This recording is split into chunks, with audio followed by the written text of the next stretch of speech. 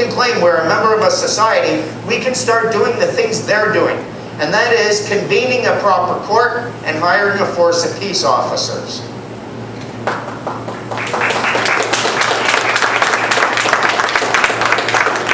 Convening a bunch of peace officers is going to be actually very easy from what I've found, because bear in mind, I do have a plan, and it is damn cunning.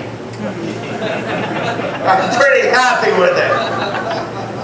We are going to get a force of peace officers because in the Criminal Code of Canada, it states very clearly, a peace officer, anyone hired to preserve and maintain the public peace. That's it. It does not say you have to be hired by the government, municipal, provincial, federal. It doesn't say that at all. And if it did, it would be contrary to the law because it would be limiting the ability to preserve peace to one party, and you can never have that because that opens the door to tyranny. We can hire each other to be peace officers, and that's what we are going to do. One person is going to give me a 1-ounce gold coin. I'm going to enter into a contract-made oath, and I'm going to be a sworn peace officer. I'm going to have an ounce of gold. And I'm going to turn around and I'm going to hire someone else with that ounce of gold. And I'm going to say, now you're a peace officer. He's going to sign contract, make his oath, and pass it on. I will be responsible for the guy I choose. He will be responsible for the guy he chooses, and that 1 ounce of gold is going to go like wildfire through 100 people, get back to the originator, and we're all going to be standing there, yeah, now we're peace officers. Now what's so beautiful about being a peace officer is not just the power that it gives you, the power is a result of the responsibility that comes with it. Imagine you're having a little dispute with your neighbor about, oh, you're cooking marshmallows and flinging it at him. Not a good thing to do, incidentally. What, you've never done that? Oh, it starts disputes, apparently. If you're in a dispute with your neighbor and you are a peace officer, you have sworn an oath to preserve and maintain the public peace. You're operating on a contract. You posted a bond by way of a promissory note, but if you mess up on your oath, you're paying $5 grand. You are going to be well motivated to try to find peace. You're not going to get egotistical with them. You're not going to get as pokey as you otherwise would be. You will actively find a higher way to respond to this man, and you will actually make the peace. If you don't, if it still degenerates into a conflict and the cops are called, a peace officer comes and responds, you get to say, hi, I'm a peace officer, and he's not. Who do you think that cop's going to be paying attention to more? You're going to have some power there. If it ends up going to court, if you're in conflict with a peace officer, and you end up in court, now it's not just you against a peace officer, it's a peace officer against a peace officer. And you're a peace officer because you have made oath and because you're concerned about your country. You're not doing it for any mercenary motive, whereas he likely is. You are then going to find all sorts of remedy in court because they're not going to be looking at you as a kid. Now they're looking at you as an equal with this peace officer, and you're doing your duty as well. What do you think about that one? Bear in mind, they have the guns. We are never, ever going to beat them gun to gun. You don't have machine guns, you don't have mortars, we don't have military forces flying helicopters. We're never going to beat them on that regard, so I don't suggest that at all. And even if we had a chance of beating them on that regard, I wouldn't suggest it because it's not the path I would suggest for my kids. What we do have, though, is something that they don't have, and we have strength in numbers. For every one armed peace officer out there, there's 900 of us. Let that settle in. They only carry 18 rounds. We can take them. And we aren't going to have to. These people, for the most part, what I have found, I'll tell you a little story. A guy I went to high school with, Angelo Jeremiah. Now, when I was in high school, I had a big mouth. No. You know me. And I was pretty quick with my mouth. I was pretty quick with my feet. But I was also bullied quite a bit, brought a lot of it on.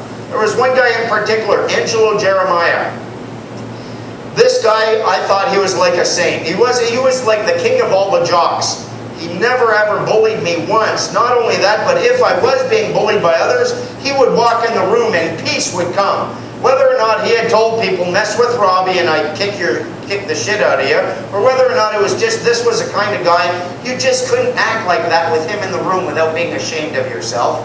Either way, this was the result. And I grew up thinking, I want to be more like this guy. That is the heart of a peacemaker.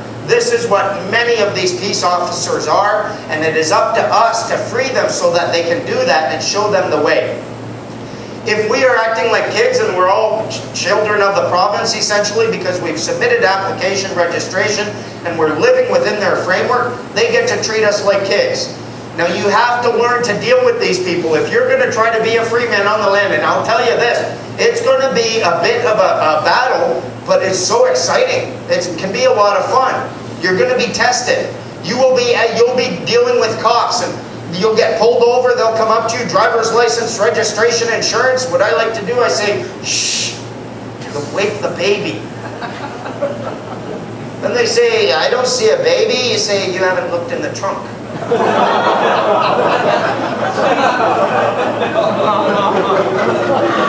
Now at that point, very good chance they will be looking in the trunk. You don't want anything in there you don't want them finding. But at least you're going to get them laughing. And this actually gave me an idea on how to deal with it. If you're in a small town, you have an errant cop, here's what you do. You put a speaker in an MP3 player with the sound of a baby crying. You put that in your trunk and you go speeding by the guy. He pulls you over. As he approaches the car, you push the button so he hears crying baby. He then forces you to open the car. Of course, there's nothing there. You then take that equipment and you give it to your buddy. He does the same thing. Until 3 times the cops heard a crying baby coming out of an empty trunk, and you all write a letter to the cops saying this guy forced me to open my trunk because he claimed he heard a crying baby. Now, of course, they're going to be talking to this guy, aren't they? And they're going to say, what happened? And he's going to say, I honestly heard a crying baby. And they're going to say, Chuck, give me your gun. Yeah, it can be kind of clever that way. But for the most part, these people, they're very good and decent people, and they want to do the very best they can for us. And it is up to us to give them that. There's a guy online, if you're on, who here is on the forum, Think Free Forums? Doug Larson, anyone heard of him? Nope. Doug is a buddy of mine, he's a hunter. Doug has achieved his freeman status. Imagine Santa Claus as a biker. That's Doug. Doug don't play. Doug just doesn't play. He punches cinder blocks to break them for fun. He's about 55 years old, somewhere around there. He just got pulled over a little while ago, last Tuesday. He gets pulled over in North Van. Cops come up to him, driver's license, registration, insurance. No, you can have this. Gave him his notice, his warning, and his fee schedule. Essentially told him, I'm going to be on my way. No, you're not going anywhere. Fine, I'll stay there. You're activating my fee schedule. They end up having a little thing. I don't have the full story. Eventually, about 5-10 minutes later, there's 6 cop cars, 12 cops surrounding him. They're sticking a breathalyzer in through the window. He's got it open this much. Trying to stick it in, he's knocking it out. This private property, get out of here. Stood his ground fully and completely. They didn't do anything. A sergeant ended up coming. Sergeant said, well, try playing with him, getting him out.